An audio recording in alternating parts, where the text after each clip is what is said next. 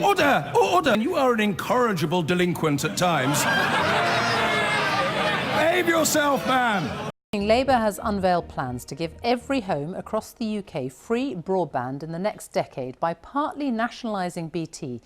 The Shadow Chancellor, John McDonnell, said his party's proposals were visionary and the £20 billion cost of doing it would be paid for by introducing a tax on tech giants. The Prime Minister called it a crackpot scheme. BT's share price fell after the announcement, and the company's boss, Philip Jansen, said Labour had underestimated the price of its pledge. Here's our political editor, Laura Kunsberg.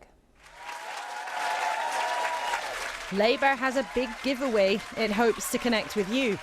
Fast fibre broadband for everyone everywhere if they win within 10 years' time. Another big intervention in the market. Another expensive job for the state.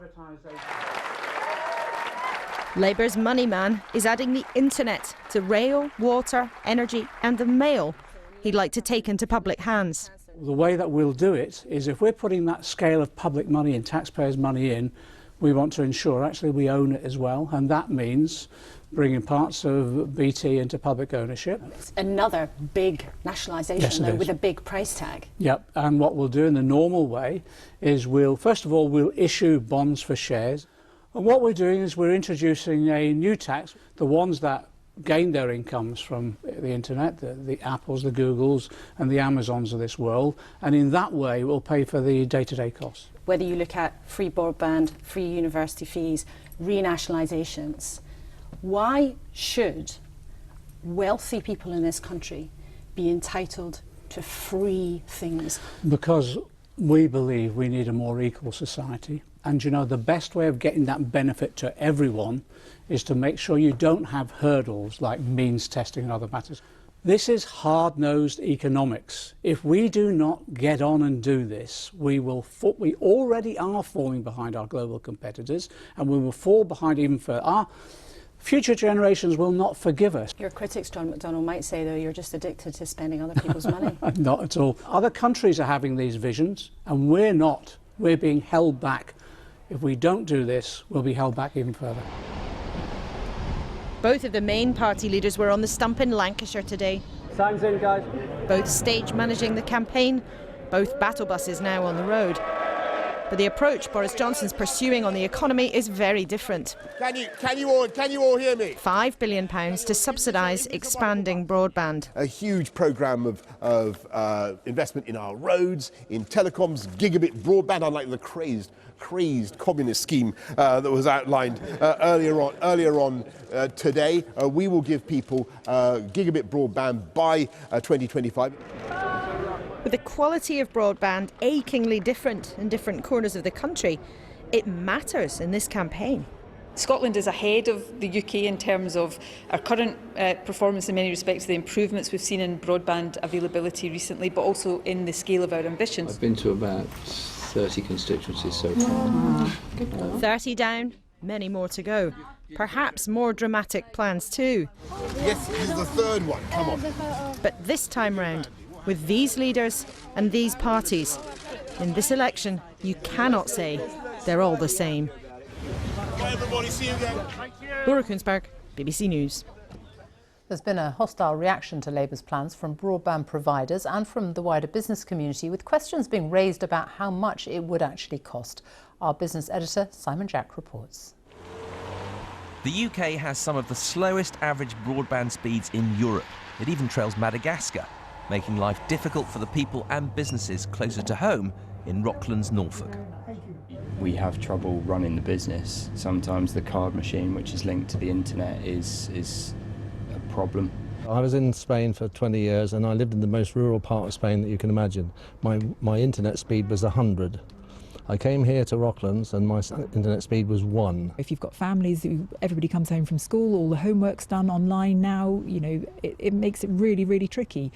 Children are not able to do their homework, people are not able to work from home. The average household broadband bill is £30 a month. Labour would make it totally free, but not to the taxpayer, who Labour estimate would pay £20 billion. But the Independent National Infrastructure Commission estimate it would cost £34 billion. So why is it so expensive? Well, Well, at the moment, most of us get our broadband through a fibre optic cable, which then links to these old green cabinets where the existing, slower copper network then takes over to do that last mile into our homes and businesses. Replacing all of that with individual fibre to every single property is something only 8% of the country enjoys at the moment. Doing the other 92 is one heck of a job. Openreach, BT's broadband division, has 32,000 employees and sells its services to other operators like Virgin Media and TalkTalk. If BT broadband will be free, other companies won't be able to compete, while taxing US companies to help pay for it risks putting them off Britain. Clearly, everyone would like to have things for free. You know, even if you classify broadband as a utility, you pay for all your other utilities because you have to have a return. So, you know, I think the cost of that provision is going to be huge. And trying to levy that on taxes on other companies will not be popular, will not encourage investment in this country, which will just create investment uncertainty.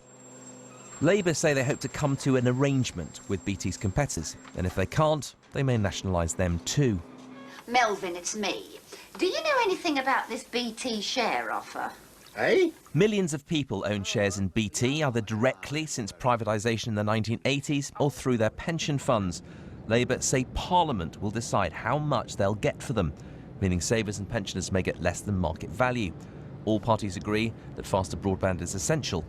That's where the agreement ends. Simon Jack, BBC News. Well, our political editor Laura Kunsberg is here, and the lines, the differences between the two main parties are being very, very firmly drawn in this election. They really are, and on the face of it, it might sound a bit confusing. Last week, both of the parties were saying, oh, we'd spend more public money. Labour would spend a lot more public money and the Conservatives would turn on the spending taps a little bit. But when it comes to something like these nationalisations, this would be the fifth big renationalisation alongside rail and the mail and other things that Labour would like to do. And that means in this election, we're not just talking about a bit of difference between public spending here and there. We're not even just talking about Brexit. Voters have a choice here for a big expansion in the size of the state or staying with the Conservatives. It is a really big historic choice and a very, very genuine difference between the two main parties this time. Laura Kunsberg, thank you. Labour today unveiled plans for the boldest election giveaway yet. Free, high-speed broadband for everyone by 2030. It would do this by bringing part of BT back into public hands and pay for it by taxing tech giants. The idea was rubbished by the Conservatives as a crazed communist scheme. The Lib Dems said it would waste money and not solve the problem. And the tech industry said it would cost billions more than predicted. Here's our political correspondent Libby Wiener on the battle over broadband. He may be a leader from the analogue era, but it's the digital future that he was talking about today, saying Labour would offer free broadband to everyone. British broadband will be our treasured public institution for the 21st century, delivering a fast and free broadband to every single home. Only the government has the planning ability, economies of scale and ambition to take this on. Nationalising part of BT was the way forward. The Shadow Chancellor explaining this wasn't a 1970s reboot. Let's be clear, British broadband is not a return to the 1970s and how it operates. They didn't have broadband in the 1970s. This is public ownership of the future. In some parts of the northwest of England, it's not slow broadband that's the problem, but no broadband. One reason why Jeremy Corbyn decided to launch his policy here. But while it may prove popular with voters, the question is, do any of his sums add up? Creating British broadband would be costly. Labour say they can do it for £20 billion, ensuring everyone is connected by 2030. They claim it'll increase productivity by £59 billion. To cover the cost, there'll be a new tax on tech giants such as Google, Amazon and Facebook. BT say Labour have hugely underestimated the costs, which they claim could be as high as £40 billion. Wasting billions of pounds on nationalising BT will not solve the problems of connectivity around broadband in this country. But what it does tell us is Labour has abandoned any promise or any sense that it actually can get into government, because this is not serious. But Jeremy Corbyn says he is serious, and it's the only way to power up the the economy. BT said the cost double what you're suggesting. Listen, it is affordable, and it's got to be affordable because our country needs it. Okay. But can the government really deliver that kind of service, or will it prove as elusive as the proverbial pot of gold? Well, first and foremost, this was a surprise. No one saw it coming, and it's a very different kind of policy. Labour proposing to nationalise a service, but at the same time with a big retail offer to consumers, that is free broadband. Now, whatever people's reservations about nationalisation, the fact is at the moment we are 34th in the world when it comes to broadband speeds. So I think this offer is likely to prove very attractive to voters. Libby, thank you. And as Libby was just pointing out there, Britain indeed does lag behind the rest of the world when it comes to broadband activity, and only a small proportion of the population have access to the fastest speeds. But just like the politicians, the industry can't agree on the best way forward, and that's leaving many customers disconnected, as our consumer editor Chris Choi reports. Life in the slow lane of the information superhighway. On the Scottish border, Louise Salverson lives in one of the most poorly served areas of Britain. You need the internet in order to be competitive, and I do think people in rural communities are getting a bad deal. Only between 8 and 10% of UK customers get full fibre broadband, 2.5 million households. Both Portugal and Spain have above 70%. The UK is 26 out of EU states. Only Cyprus and Greece rank lower for this fast fibre broadband. We build and maintain the network. Labour would nationalise BT's Open Reach division, but other broadband firms like Virgin and TalkTalk would also be affected. And this insider says £15 billion of company investment will now be frozen. It'll stall investment, it'll stall that rollout for 3 to 5 years. Doesn't all this show that the progress of private companies has been far too plodding? We need another solution. When your Wi-Fi goes down, you won't be ringing up somebody who you can think, well, I will switch from you if your service isn't good enough. There'll be one state-backed provider. And Labour's critics point to National Broadband Network, largely state-funded in Australia. You can see the teacher. The NBN is a dirty word in Australia. The speeds that can be achieved are much lower than the ones that were promised. And I think that's angered people because of the amount of public money that has been going into it. It was good in principle, though, wasn't it? No one is saying that there shouldn't be funding from the government to reach those harder to reach places, but the private sector has the best ability about how it goes about doing that. But there are too many areas like this with high broadband dissatisfaction. Any politician wanting to face the anger of customers is either misguided or visionary, and that depends on your outlook. Chris Choi, ITV News. Well, it's an idea Labour calculates will have broad appeal, but after dangling the promise of free high-speed internet, Labour now has to convince people it's deliverable and affordable. The Shadow Chancellor, John McDonnell, says it's visionary. The Lib Dems say it's crazy. The Tories say it's communist. Our political correspondent Paul McNamara reports. On the 12th of April 1984, Parliament made it possible for the people of the United Kingdom to own British Telecom shares. That means not just big city investors, but everybody who wants to. It was an ad campaign that worked. When the first state-owned industry was privatised 35 years ago, demand for BT shares vastly outstripped supply. Good afternoon, British Telecom share information, sir. Marching into Lancaster today, though, Jeremy Corbyn said a vote for him is a vote to renationalise part of BT. A Labour government will make broadband free for everybody. And not just any broadband, but the very fastest full fibre broadband to every home in every part of our country for free. Free and fast connectivity for everyone by 2030, buying back part of BT at a cost of £20 billion. Labour say broadband is now a necessity. Small businesses like this graphic designer in rural Somerset agree. There would be signal from here to another satellite quite some distance away that would then go to another satellite quite some distance away, and then we'd eventually get a signal from somewhere over near Minehead. And so if one of those dishes or whatever it was, antennas moved, everything would stop, and then we'd have to phone people who would literally physically be climbing poles. Getting the broadband here that some cities get as standard cost their landlord £40,000. To Jeremy Corbyn's offer of free internet, though, scepticism. I feel from past experience anything that is free is generally not very good quality. So for us it's the speed and the quality of the broadband that actually matters. I can understand for homes with low-income families it would be really beneficial. I completely get that. For businesses I'm not sure it would work so well. Good afternoon everybody. Hello. Boris Johnson says he'll give the nation quick internet too, just not for free. And he had some choice words for Labour's plan. We're funding a huge programme of investment in our roads, in telecoms, gigabit broadband, unlike the crazed communist scheme that was outlined earlier on today. We will give people gigabit broadband by 2025.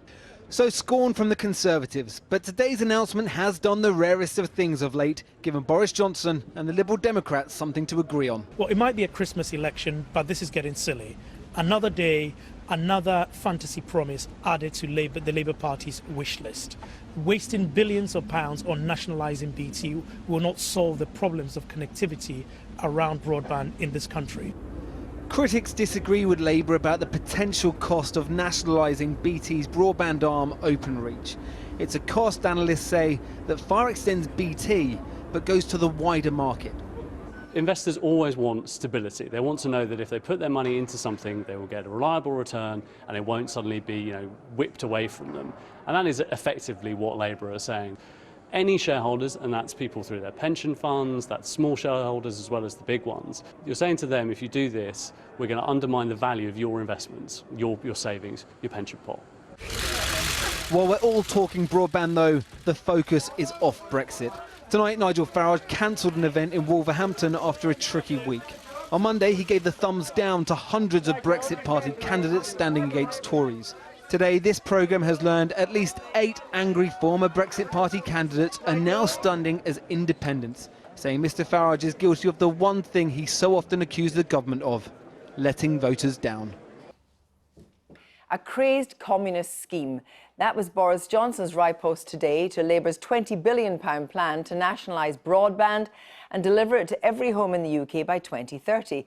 But is it such a radical idea? Does the state ownership of a utility or a national service, such as the railways or the post office, signify a socialist credo? Or, as in other European countries such as Germany, is it a pragmatic decision? Here's our economics editor, Ben Chu. Trains, water, electricity, the post, and now the cables and fibres of the UK's broadband network. Labour's nationalisation agenda would undoubtedly constitute a major expansion in the role of the state in the British economy. We'll bring the relevant parts of BT, including Openreach, into public ownership. Sid! Sid! Sid! Labour's critics claim Jeremy Corbyn and John McDonnell would reverse the privatisation revolution of the Thatcher era. British gas shares, they come out in November. If you see Sid, tell him. And drag British industry back to the economic torpor of the 1970s. Yet there's nothing inherently economically backward-looking about putting certain industries in state hands, especially so-called natural monopoly utilities. Examples of national ownership of industries can be seen across Europe in 2019, the Norwegian Postal Service, the Swiss and Italian railways, the French electricity system, savings banks in Germany. And these are hardly bywords for inefficiency and wretched customer service. Many of them are highly successful. And much of the debate about Labour's nationalisation plans has related to the financial cost to the government of the initial transaction. But most economists dismiss this as a red herring because, while it's true the state must pay off private shareholders, it also acquires an asset in the form of the industry and, in some cases, its future revenues. So the national balance sheet, what really matters from a public finance perspective, is effectively unchanged. Economists think that the really important question is whether any given industry, whether BT's broadband infrastructure or our rail or our post, would be better run in public or private hands. Would there be less waste? Would customer service be better? Would nationalisation risk undermining valuable technological innovation?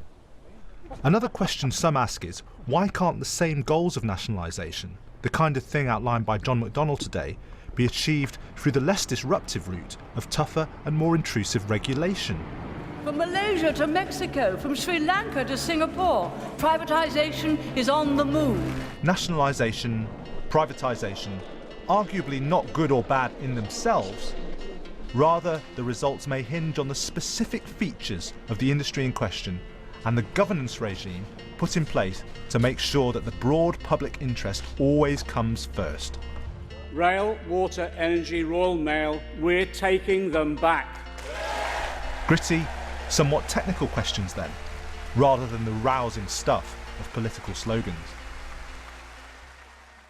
Ben Chu, well, we will talk about that big idea from Labour and the rest of the week's general election news in a moment with Sonia Soda, former advisor to Ed Miliband, and Rachel Cunliffe from City AM.